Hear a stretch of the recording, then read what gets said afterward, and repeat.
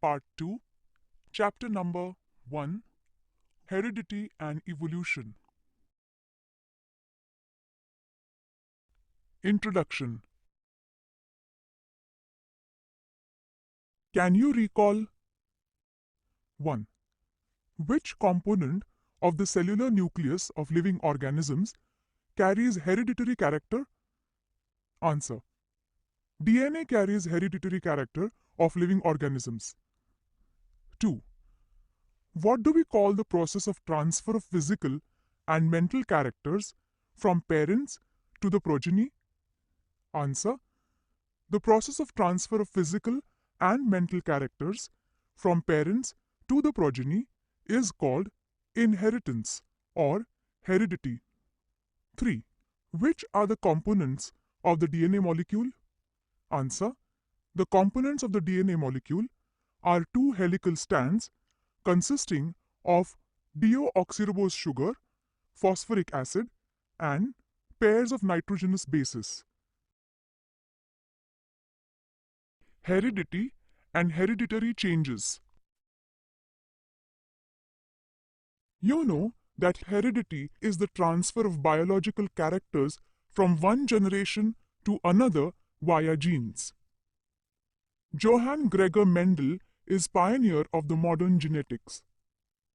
Around the period of 1886, it took a long time for him to understand the conclusions of his research about heredity. In 1901, the reasons behind the sudden changes were understood due to the mutational theory of Hugo de Vries. Meanwhile, in 1902, Walter Sutton observed the paired chromosomes in the cells of grasshopper. Until then, it was not known to anyone. Research started in the direction of finding the nature of genetic material when it was proved that genes are carried via chromosomes. Through which 1944 trio of scientists Oswald Avery, Macklin McCarty, and Colin MacLeod proved that except viruses, all living organisms have DNA as genetic material.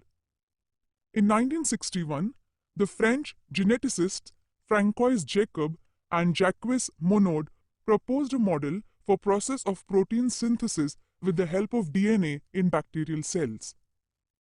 It helped to uncover the genetic codes hidden in DNA. Thereby, the technique of recombinant DNA technology emerged, which has vast scope in the field of genetic engineering. The science of heredity is useful for diagnosis, treatment, and prevention of hereditary disorders, production of hybrid varieties of animals and plants, and in industrial processes in which microbes are used. Transcription, translation, and translocation. Can you tell? Sketch and explain the structure of DNA and various types of RNA. Answer. 1. DNA. 1. DNA molecule is a double helix consisting of two strands. Each strand of this helix is made up of nucleotides.